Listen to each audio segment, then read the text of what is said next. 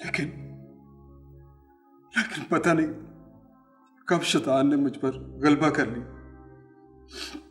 तुम जिस तरह से हर जुर्म का इकबाल करते जा रहे हैं चौधरी, हम दोनों का बचना बहुत मुश्किल हो जाएगा।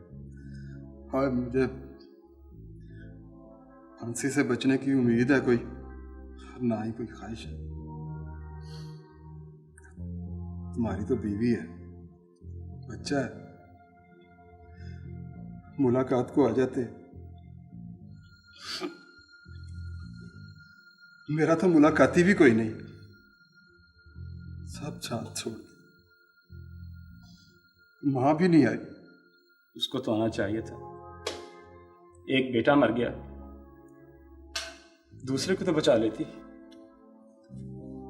सुना है वो कहती है कि मैंने इसके 2 बेटों को कत्ल किया, एक पानूरा और दूसरा मैं खुद,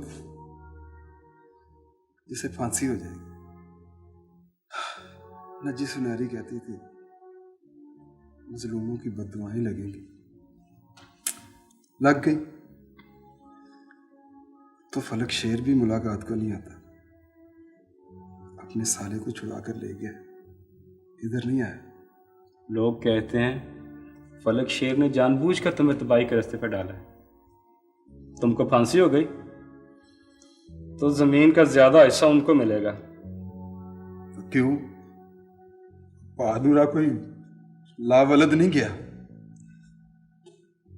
जब वो अपने मशवरों से वो भाई के हाथों भाई को मरवा सकते हैं, तो नूरे को लावल्द बनाना कौन सा मुश्किल काम है।